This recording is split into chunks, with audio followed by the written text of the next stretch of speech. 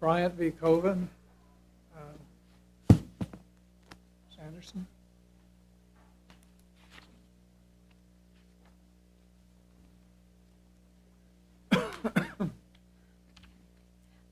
May it please the Court, my name is Marcia Ellen Anderson, and I represent the appellant Sharon Faye Bryant, a Desert Storm veteran, in her appeal of a denial of Social Security disability benefits. The standard of review in this case is whether substantial evidence supports the ALJ's decision and whether the correct legal standards were applied. In this case, the ALJ committed 3 primary errors, which then led to other errors, such that the evidence upon which the ALJ based her decision was not substantial.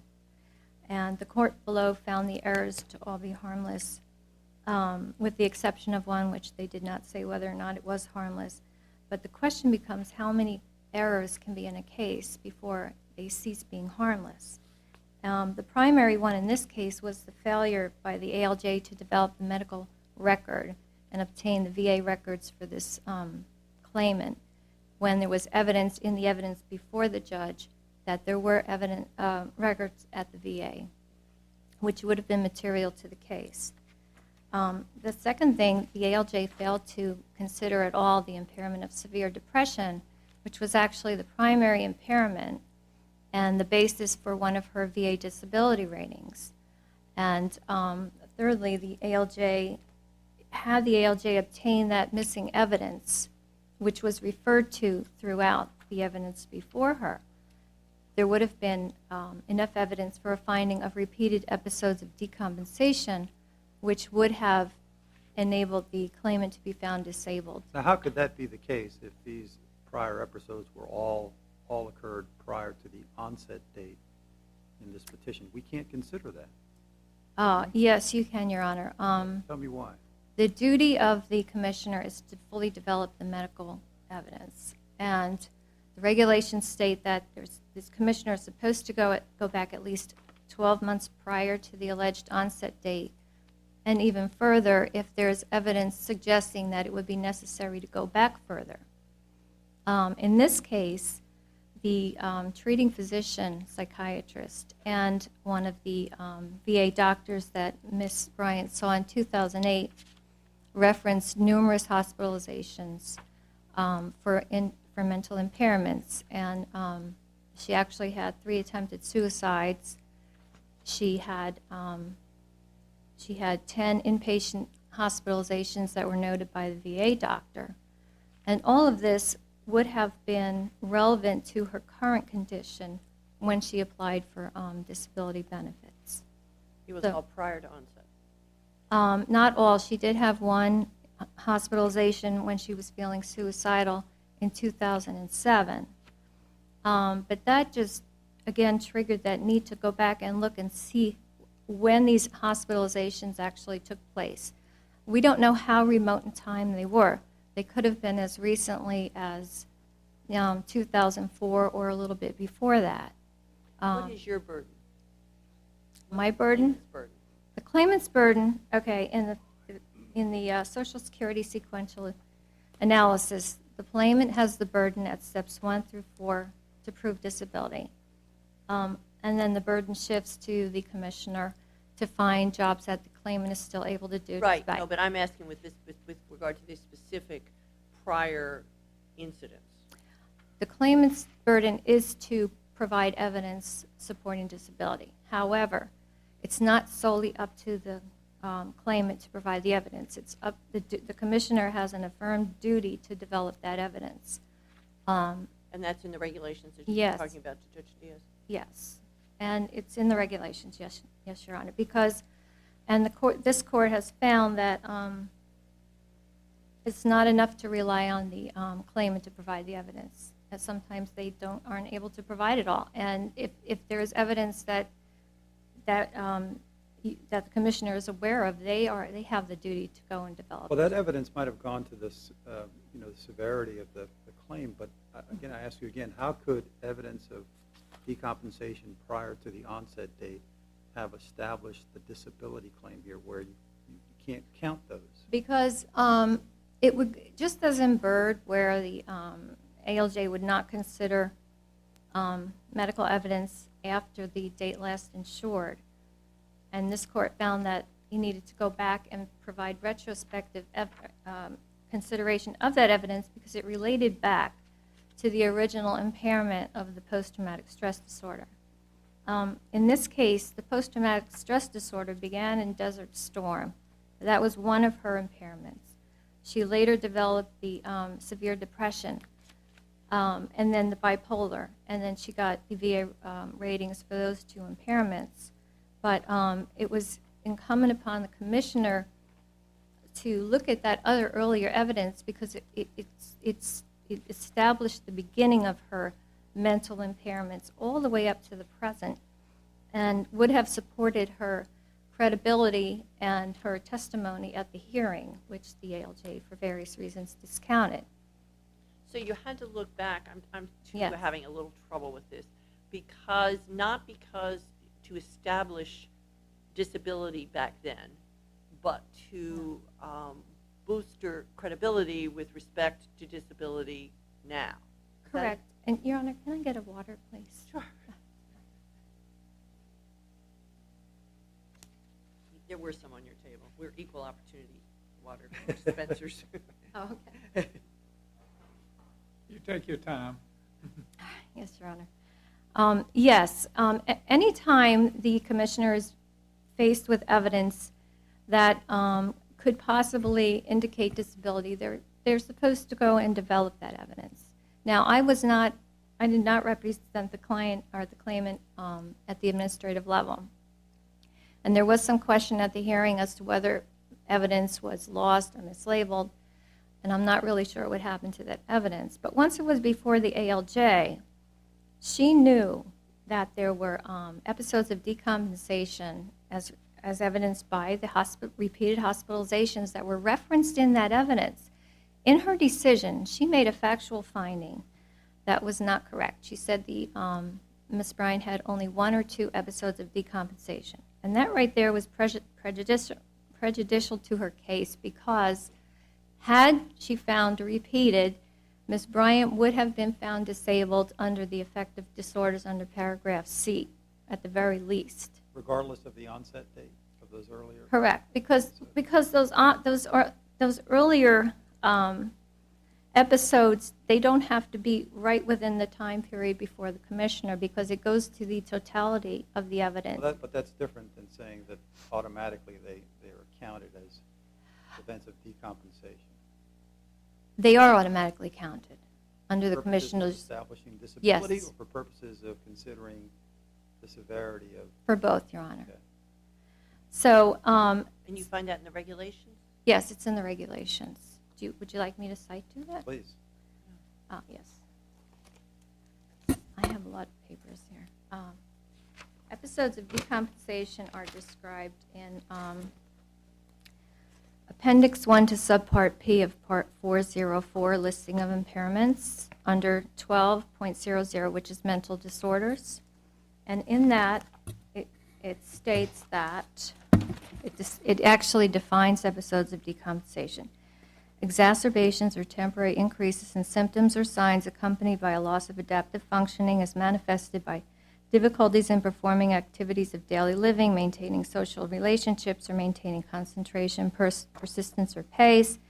They may be demonstrated by an exacerbation in symptoms or signs that would ordinarily require increased treatment or a less stressful situation. They can be inferred from records showing significant alteration in medication, which was in this case, or documentation of the need for a more highly structured psychological support system, e.g. hospitalizations, placement in a halfway house, or a highly structured and directing household, or other relevant information in the record about the existence, severity, and duration of the episode. And then it goes on to explain the extended duration means 3 episodes within 1 year, or an average of 1 every 4 months, each lasting for at least 2 weeks. This evidence was critical because the reason why the alleged onset date was 2006 was that was a date she absolutely could no longer continue to work. And if you look at her work history after she got out of the service, She had very sporadic work history from 94 up until 2006. Each job lasted only a few months.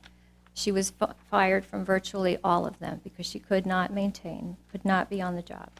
And those VA records, which were ongoing during the period of time that she alleged disability starting in 2006, would have had relevant evidence of these episodes of decompensation and seeing how far back they go. And that would have supported her current status of disability. Well, did they have to be within, there had to be 3 of them within the previous year? I'm still, Right, you not read me all that regulation. I had read part of that before, and I wasn't quite sure what you were. So you're saying that... I'm asking you. Okay, so your question is, do those episodes of decompensation all have to be after her alleged onset date? Well, that was the first question. That was the question Judge Diaz asked you, and you said the answer was no. And then you relied on that regulation. And it's not clear Correct. for me in what part of that regulation you're relying on. Right, correct. I think the simplest answer would be to say that in order to determine disability simply based on episodes of decompensation and nothing else, then yes, I would say they would have to be after her alleged onset date of 2006. However, as probative evidence of her condition, which began in 1989 and simply moved forward and never lessened and never went away, they don't have to be within... Where is the authority for that? Because that you just told us that the regulation that you read us doesn't support that. It only talks about It talks incidents about what past those- 2006. There may be a provision. I'm just looking Because, for it. well, Your Honor, when you look at the listing for affective disorders, which was the severe depression was not mentioned or considered or named at all in the decision. You would have to have either 4 of the Part A criteria plus 2 of the B, or only the C. Now, under that, it would be medically documented history of, now here's where this decompensation comes in. Medically documented history of a chronic affective disorder of at least 2 years duration that has caused more than a minimal limitation of ability to do basic work activities with symptoms or signs currently attenuated by medication or psychosocial support, and one of the following: repeated episodes of decompensation, each of extended duration. Now, I suppose there is a question as to whether those repeated episodes have to be within that time period after the alleged onset date, because it actually says that the disorder, the affective disorder, has to have lasted at least 2 years. And here it clearly has. And it continued to the present, right into her period after her alleged onset date. So to revise my answer, I would say that those repeated episodes of decompensation do not have to be after the alleged onset date, as long as they are part of that chronic affective disorder of at least 2 years duration, which she clearly had. I wanted to mention that the ALJ had several factual errors in her decision that affected the entire outcome of that decision, and that was not correct under under this court's own cases. In Maestro, here we go. In Maestro v. Apfel in 2001, this court said that under the Social Security Act, a reviewing court must uphold the factual findings of the secretary if they are supported by substantial evidence and were reached through application of the correct legal standard. So in this case, she had several findings that were not correct factually, and that would have influenced the outcome of the decision. and so that her decision was not based upon substantial evidence. And I also wanted to mention that the fact that the consultative examination report of Dr. Harkani was not considered also adversely affected. I'm sorry, I'm out of time, Your Honor. Go ahead, finish your I can sentence. finish. Because that report contained an assessment of activities of daily living, which is a functional assessment that the agency wants to have in these cases. And in fact, the agency paid for that examination. But the consultative examiner did not mention it or refer to it in any way. And yet, in another part of her decision, she discounted the treating psychiatrist reports, an opinion that the claimant was not working because of her mental impairments by saying it was not a functional assessment of her abilities. Thank you, Your Honor.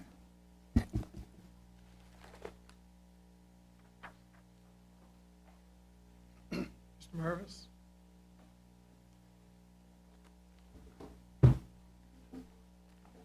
Thank you. May it please the Court, my name is David Mervis, and I'm here on behalf of the Acting Commissioner excuse me, of Social Security. And I'd argue, I'd respectfully request that this Court affirm the decision of the District Court and find that substantial evidence did in fact support the final decision of the Commissioner.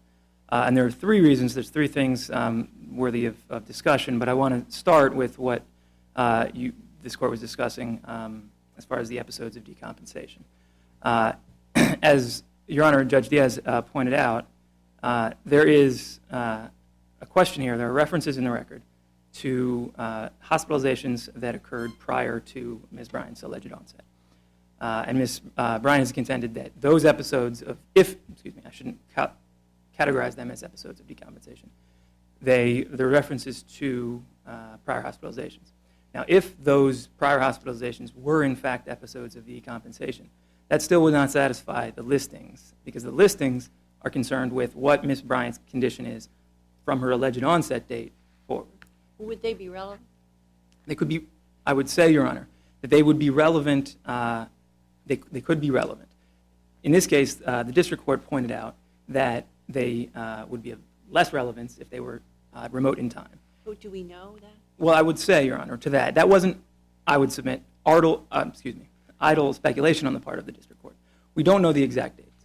But what we do know, and part of that reason, Your Honor, is that Ms. Bryant, though represented at all points by counsel, still hasn't produced any of these records. But I would say the reason that we know that they were at least at some remove from the alleged onset is because what Ms. Bryant herself acknowledges, points out in her brief, is that the District Court, the ALJ had before her some 40 pages of treatment records that extended prior to her, Ms. Bryant's alleged onset date. Her alleged onset date was in June of 2006. Her application date was in December, 6 months later. So there is, as Ms. Bryant has pointed out in her brief, treatment records that go back as far as December of 2004. And in December of 2004, and that's at page 325 of the administrative record. And what that treatment note discusses is past hospitalizations. So there is evidence, there's suggestion that there were past hospitalizations. The Commissioner doesn't dispute that. But they were at least 2 years prior to Ms. Bryant's application date, and in fact at that point were passed. So what the ALJ had before her in this case was more than, 18 months of treatment records that extended prior to her, Ms. Bryant's alleged onset date, and in fact 2 years before her application date. So the Commissioner's position is that although the Commissioner does have a duty, the ALJ has a duty to develop the record, this was not an abdication of that duty in this case. There were records that went well beyond, or well before Ms. Bryant's What if application. it was a year back? I mean, I kind of don't understand where we're picking this line. Well, Your Honor, the regulations do discuss, they don't, it's not an automatic cutoff, but the regulations say that what the ALJ's duty, this is 404, 512D, and 416, 912, the corresponding one for Title 16. They speak of developing the record for 12 months prior to a claimant's application. However, there are caveats. Unless the claimant indicates that his or her disability began less than 12 months before the application, and that's what we have in this case. Or, As a general Yes. overall matter, in terms of the listed impairments, Yes. why did you come to the conclusion ultimately that they were only moderate in severity? What was crucial in that determination? Because if she qualifies under a listed impairment, that's it. that's correct, Your Honor. And you don't get into step 5 and That's correct. whether she can perceive, whether she can hold other jobs and whether they're jobs in the economy. If you can wrap it up at step 3. That's correct. And maybe you're due the benefit of the doubt because whether something is of moderate severity or marked severity is probably a substantial part of the evidentiary question.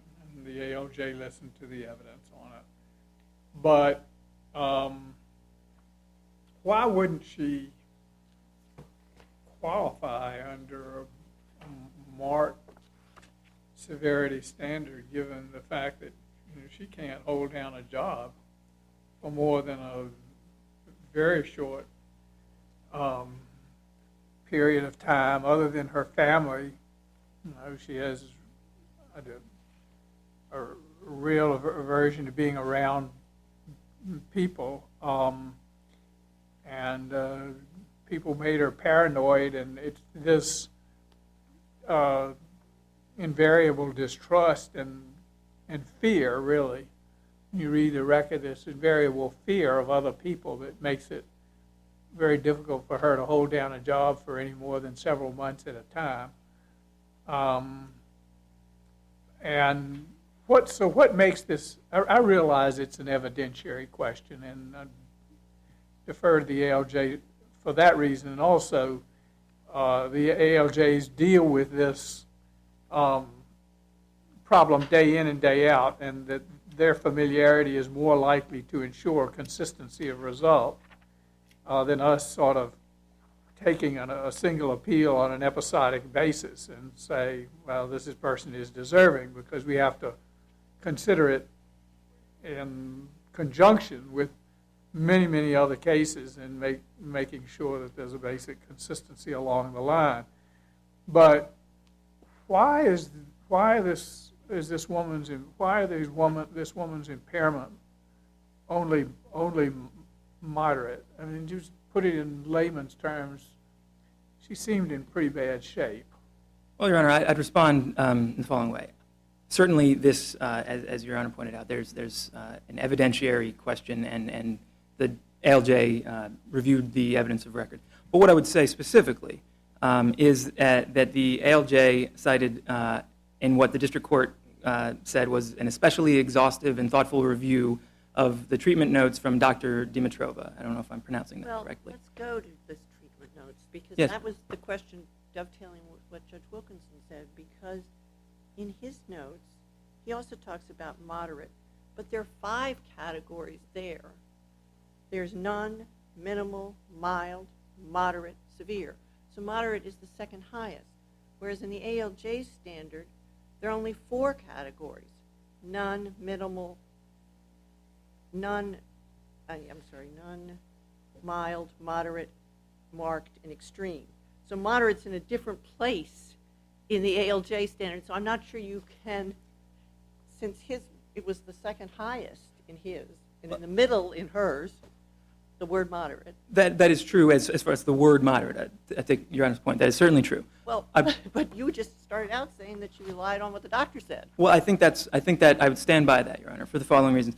There are occasional moderate rankings or ratings, or Right. however you'd like to put that in Dr. Dimitrova's treatment. Right, which according to him is the second highest, That's correct. second most severe. That's correct. Although I would say there's no translation between what Dr. Dimitrova's considers moderate and what the commissioner considers moderate. The ALJ is tasked with assessing the medical records and making a determination as to what that means.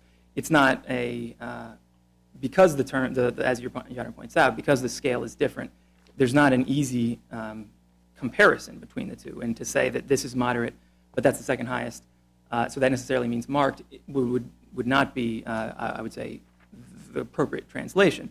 But I would say that what you also have, Dr. Dimitrova did have, there were some moderate ratings. There were far more minimal, mild, and none. And so Dr. Dimitrova, well, I should say Ms. Bryant, her obligation, her burden, was to establish that she had these limitations, that they persisted for 12 months, and that they were of that degree of severity. And in this case, what you have is treatment records that, as the ALJ pointed out, go up and there show up and downs, ups and downs. However, there are far more none, mild, and minimals than there are moderates. And in fact, after December of 2007, from the ratings in February of 2008 at Administrative Record 393, and the ratings at July of 2008 at Administrative Record 401, there was simply mild depressive and none on everything else. And so the commissioner takes the point the court is making. There were certainly limitations, and the ALJ accounted for those limitations. I think it's important to note that what the ALJ does and did in this case is assess the medical records and then craft or make a finding as to a residual functional capacity based on those limitations. So as Judge Wilkinson, Your Honor, pointed out, there were limitations, there were issues with dealing with other people. And that's precisely why the ALJ, in finding her residual functional capacity as she did, limited her to occasional contact with coworkers. What the ALJ noted, and the general public, what the ALJ described as essentially isolated work with only occasional supervision.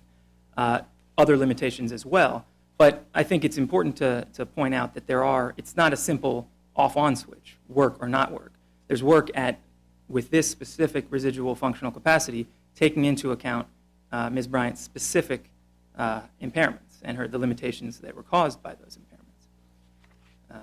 So in this case, there's substantial evidence. You're saying that a large part of her medical history is just irrelevant because it's obsolete? I mean, because it's stale? No, I wouldn't categorize that way. Is Your Honor referring to hospitalizations that may have occurred before her alleged onset date, or if I misunderstood, I apologize. Well, the 4 diagnostic forms that Dr. Dimitrova completed in 2005 and the 9 in 2006, numerous psychiatric evaluations. She's under continuing treatment was under continuing treatment. She's got a huge number of medications. The Baltimore Veterans Affairs Center has her under medication, I guess because the bipolar disorder and the post-traumatic stress disorder and the borderline personality disorder are all, I guess, part of it arose from her service in Iraq. And Your Honor, that's sort of beyond the record. I'm not certain. That may be, but that wasn't specifically. Sounds like it could be. It may be. And then what about she had to be removed from an abusive marriage by her adult son. And she was depression to the point of being suicidal, and there were 2 attempts to hang herself and one attempt to drown herself. And it just gets to the point, we're saying that all of these things are simply moderate. Well, Your Honor, I think. Is it true that she made 2 attempts to hang herself and 1 attempt to drown herself? There are references and that she had to be removed from an abusive marriage of 17 years by her adult son? Certainly the record establishes that there were that the marriage was an abusive relationship. What about the suicide? There was one suicide. There were discussions, suicidal comments in July of 2006, and that's during the period that the ALJ specifically noted. There are references to the specific. She alleges on page 5 of her brief that she made 2 attempts to hang herself, and one attempted to drown herself, and that she was hospitalized by Dr. Dimitrova because of the attempt to commit suicide by drowning herself. I believe that was prior to her alleged onset date, to the extent. Prior to what? Prior, it's uncertain, Your Honor, prior to December of 2004 at least. Which is, you say, the onset date. No, that's even earlier. The onset date that was alleged was June of 2006. And so Ms. Bryant was, of course, free to allege an onset date that was earlier, but that's not what she did. I mean, aren't all these problems part of a continuum? I mean, can we really sort of chop them up into little time segments, or? Well, Your Honor, I think that I think that does get to a point that I believe Judge Diaz pointed out to opposing counsel, that there's a different issue. There's whether these things count as specific checkboxes on the listings in that form. And then there is a question of general severity. And so, and it's the severity point that because I don't, are we restricted in our consultation of the evidence in terms of the degree of severity?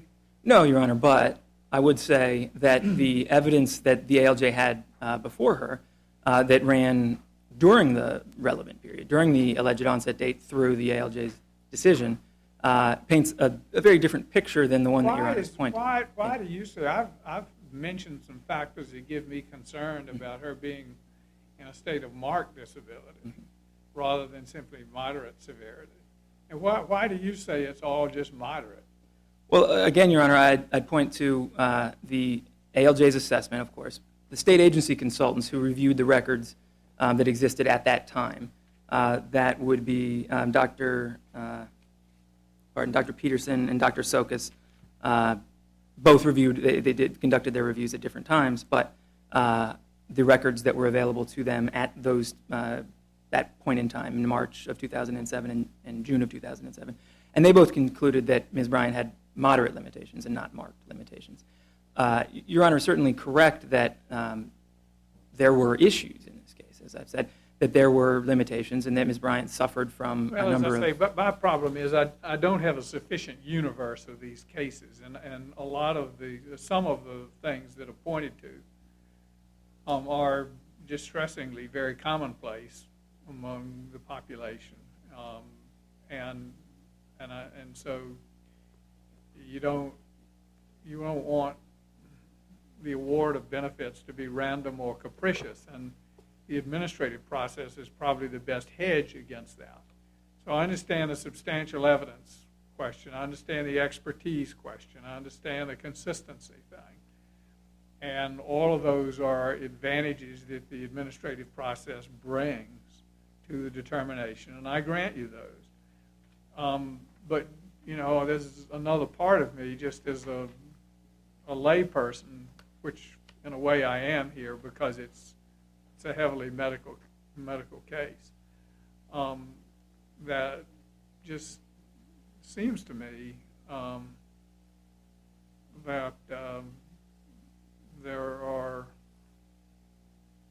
she has a really hard time getting on with life. And I certainly don't want to misstate. A lot of which really isn't her fault. You know, you can't, and you're not doing that. But these things, these situations arise from people who find themselves sometimes caught in, you know, who serve the country in the military, or find themselves caught in very difficult marriage situations, and not their fault. And you know, it may seem like a small case, but it's everything to the litigants, and I'm just, you know, torn by it because I think she has a hard time getting on. I certainly share Your Honor's concern. I don't mean to diminish or minimize her issues and her limitations, and certainly there's no allegation that that she is able to function at full at a full level, and that's why the residual functional capacity assessment that the ALJ does, that the ALJ finds, does include limitations. And if but you don't dispute the fact that there were 3 suicide attempts? Your Honor, I do dispute that You don't during. dispute the drowning. Your Honor, I believe there were references to prior suicide attempts. Well, that's why she prior. was hospitalized. Well, that was, I believe, Your Honor, there was one suicidal comment, I believe, in July of 2006. I believe there were also references prior to that point. But from the period, certainly from her alleged onset date on, there was evidence of only one hospitalization. And that, in fact, goes back further, back to December of 2004. There's no evidence that I'm aware of additional. Did the ALJ make findings one way or the other as to the suicide attempts? The ALJ noted the July 2006 hospitalization for suicidal. Threat to commit suicide, Threat. not an actual attempt. That's my understanding, Your Honor, is that in July. Early incidents, threats, or attempts? My understanding, Your Honor, is in July of 2006 there were suicidal threats. Right. I don't believe there were suicidal attempts during the period between 2004, December of 2004, all the way through 2000. But is there a question of, in your view, is there a question of malingering here that a lot of times one advantage a fact finder has as an ALJ is you hear the actual plaintiff and you can determine sometimes whether things are genuine or whether somebody's exaggerating them for purposes of the hearing. And so demeanor evidence plays a big part in this, in the ALJ's assessment of exaggeration. What did the ALJ say something about the fact that there was a credibility problem with the plaintiff? Your Honor, the ALJ, and I see my time is up, but I obviously No, go ahead. like to answer. The ALJ does make a credibility finding. The ALJ in this case noted a couple of things, one of which wasn't necessarily that she was lying, but that she said she hadn't had any benefit, any improvement since December of 2000, or I think it was just 2004 onward. And what the ALJ found was that was inconsistent with Dr. Dimitrova's treatment notes, which showed ups and downs for a period, and then really improvement with medication, with consistent treatment. And I would say that it is a good thing, obviously, that Ms. Bryant is connected with treatment, and that it seems like from Dr. Dimitrova's records that treatment is helping. Her later rankings on these issues are better than her earlier ones. But in terms of the credibility. And so, well, and that I raise it to make that point, that the ALJ found Ms. Bryant's statement that she hadn't had any improvement to be incredible. And so when the ALJ makes findings as to credibility, the ALJ determines whether everything the claimant is saying is about the severity and the limiting effects are entirely credible. So that was one factor that the ALJ pointed to. All right. Do you have anything further to? Were there other factors that you found not credible? I apologize, Your Honor. I did want to I make. thought you were about to say something. I wanted. Judge Wilkinson's question.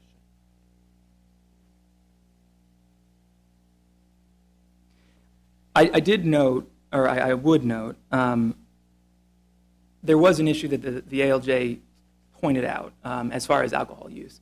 And I don't want to overstate that, and I don't think this is a case where that really comes into play in terms of severity, but it does, well, it may. I shouldn't overstate that. But the ALJ did did note that Ms. Bryant's testimony at the hearing was that she hadn't used any alcohol for several years at the hearing point. And the medical records from the VA and I believe it's from the VA, undermined that position. So that was another factor that the ALJ pointed to in making the credibility determination. Thank you. Ms. Anderson, pleased to hear from you in rebuttal. Ms. Anderson, there's such a heavy presumption in favor of ALJ fact-finding in these cases, and this one just has a large element of credibility and assessment. Well, yeah, that's Individuals. correct. And if we overturn these things, I don't know, some sometimes it's good. I mean, sometimes people get disability benefits. They can kind of give up, and you might want to encourage them to find jobs and to think of themselves as capable rather than as incapable. Now sometimes that's impossible because the burdens and the afflictions are just too great. Yes. But in other situations, you want to sometimes say, try to make a productive go of things, and don't you change someone's self-image when you rule them? And isn't there a danger? There are two sides to this.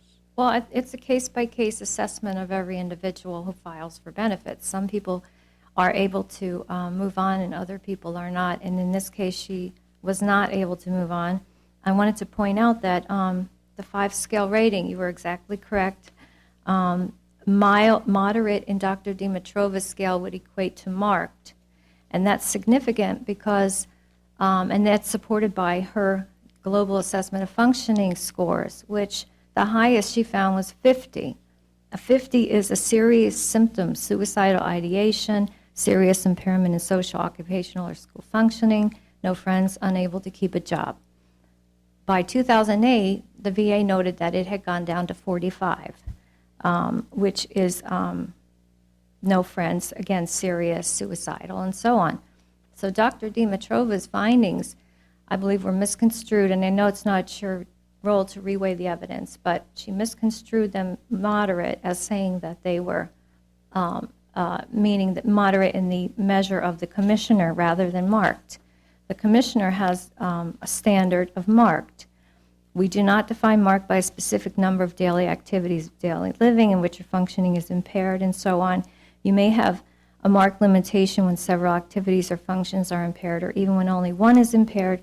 You need not be totally precluded from performing an activity to have a marked limitation, as long as the degree of limitation seriously interferes with your ability to function independently, appropriately, and effectively.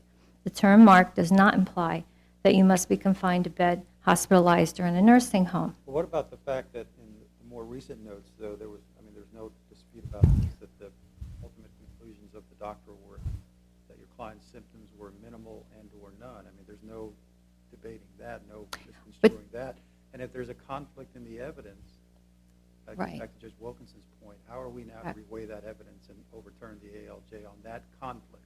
True, except you're not supposed to reweigh the conflicting evidence. But in this case, the evidence was not complete because I would say that the vast majority of Dr. Dimitrova was, as we discussed, that the moderate probably equated to marked, although we can't know for sure, although that's what the district court, they were trying to do an equivalence. So you have all these VA records.